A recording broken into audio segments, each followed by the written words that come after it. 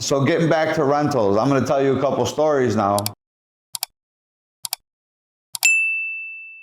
I'm going to tell you some horror stories. We bought 3 buildings from a bank, and those buildings were part of a Ponzi scheme. Before us, they were taking loans from the banks. This was back in 2009, 2010. They were taking the money from the banks, the people that purchased these buildings before us. They were rehabbing just the exterior, nothing on the interior, taking phony pictures, taking pictures of the outside, sending in phony pictures of a different building's interior to the banks, getting paid out in full for the purchase and the rehab, and then disappearing with the money and letting the building go back into foreclosure and closing those companies down. They were Ponzi schemes. They were real estate investment hustles. Well, we wound up buying these 3 buildings not knowing that they were part of these Ponzi schemes. Well, we owned about 35 buildings, single family, 2 flats, 3, 4 flats, 6 units, 12, 14 unit buildings, all over the south side of Chicago. When the city of Chicago seen that we bought those buildings, they knew that they were on their radar for being real estate investment fraud. They thought we were the next layer of the real estate investment fraud. So not only did they make our life on those buildings a living nightmare, they went through all the permits we pulled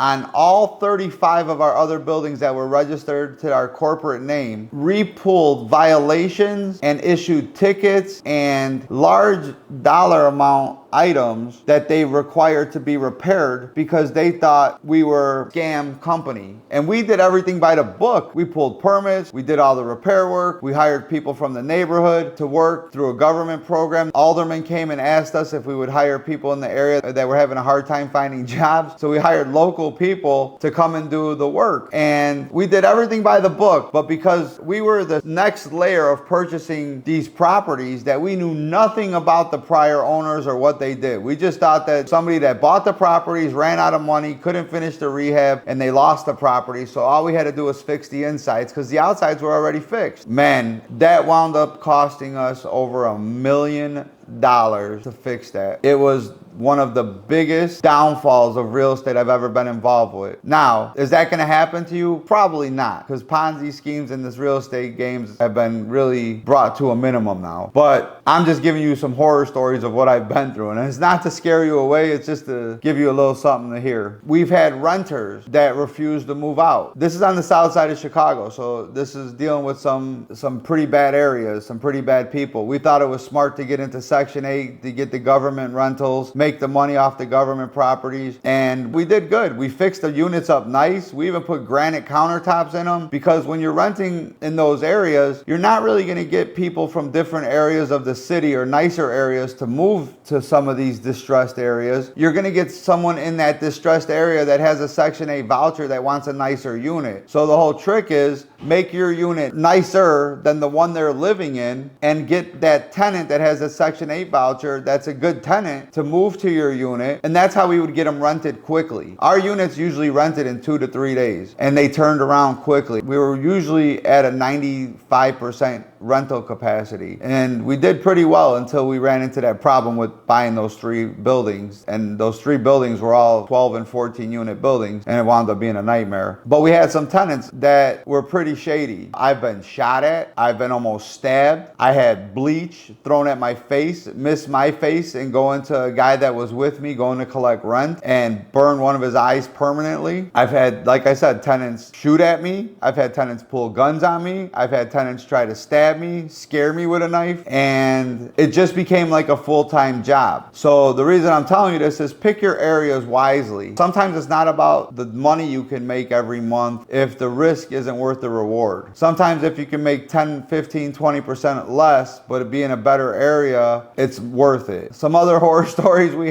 had some tenants that wouldn't move out, didn't pay their rent for like 6 months. In Chicago, if you do that stuff in the winter time, you can't evict them because you'll be putting a tenant out into the cold weather, and the city of Chicago doesn't allow that. So they could be in your unit rent free for 6, 7, 8, 9 months, depending on how they know how to play the system. And man, I'm not that kind of guy you're gonna fuck with like that and take our money. We fucked with them back. We gave them everything they gave us. If you didn't want to move out, we would go in for the eviction. If the eviction couldn't be done, there was some stuff that I've heard of people doing. I don't know who did it, but I've heard that people did stuff like go in the basement of the units and fill the drain pipe for the house with expandafoam. This way, when they went to flush the toilets after using them, toilets would back up into the unit. They'd be paying rent free for a house full of shit, and they want to move out really quickly when that happens. And you know where expandafoam was put in, so you can go cut it out in the basement at a later time and when you get your unit back. And this is how you deal with the scumbag tenants. And it's not, I guess, legal, but I've heard of people doing this. If they're not paying their rent, I know people that would have people show up in vans, white cargo vans, and they had magnets for every utility company, and they went to the Goodwill or whatever and found the hats and the jackets for those utility company, and they would send a guy into the house and they would turn off the power, or they would shut off the water, turn off the gas, because if they weren't paying their rent, they're probably not paying their utilities. So I've heard of people doing that to get rid of tenants, and it works. There was one tenant, this is one that we did. We had a lease with the tenant, and this is the tenant that threw bleach at my face. And it was two guys that were sharing a unit. Let's just say they were sharing a bedroom. Nothing against it. I got no problem with people's lifestyles, but they wanted to play that card like they were the victim because they were gay. And that was the reason that they could get away with not paying their rent, and that they could talk to me any way they wanted to, and they could throw bleach at my face. And they wound up getting arrested because they hit one of my maintenance guys in the eye with the bleach, and he has permanent eye damage now. But they wanted to play that card, and they wanted to just think they could get away with anything they wanted to. But the reason I even brought up about them being gay, they made that comment to the police when they threw bleach at my face that I was harassing them because they were gay. And I can give two shits what lifestyle choices are. I just wanted my rent money. We were trying to figure out how to get rid of these guys. They had been there 7 months, and we could not figure out how to get rid of these two guys. So I was talking to one of my guys. We're going back and forth, and we're trying to figure out how to get rid of this tenant. They're a pain in the ass. They hurt one of my guys. So my guy turns to me and says, "Hey, let me see their lease." Well, in their lease, it didn't say that we were only renting that unit to them. And here's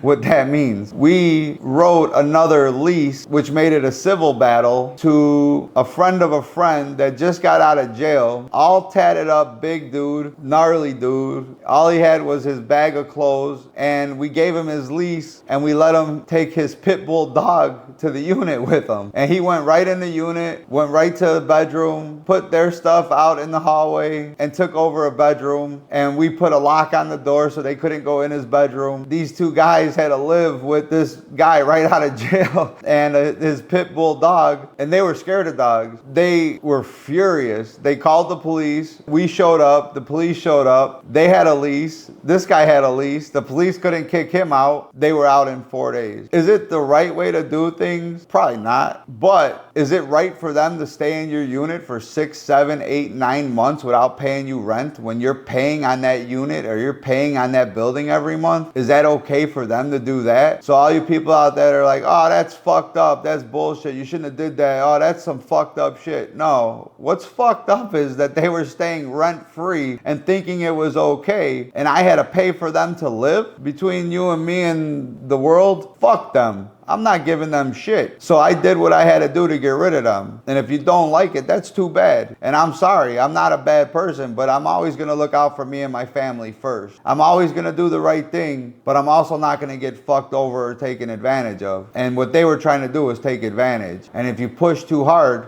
sometimes people push back and you might not like the result. But at the end of the day, I got the unit back, fixed it, got it re-rented, and everybody was happy. So those are just a couple stories. I got a lot more. We could talk about those at another time. I could do a whole podcast just on stories of real estate invest. You know what? Actually, I will do my next podcast on stories of real estate investing problems and situations that have happened, and good situations and bad situations. I'll do the next one on a bunch of stories of things I've encountered from either flipping houses, rehabbing houses, or being a landlord.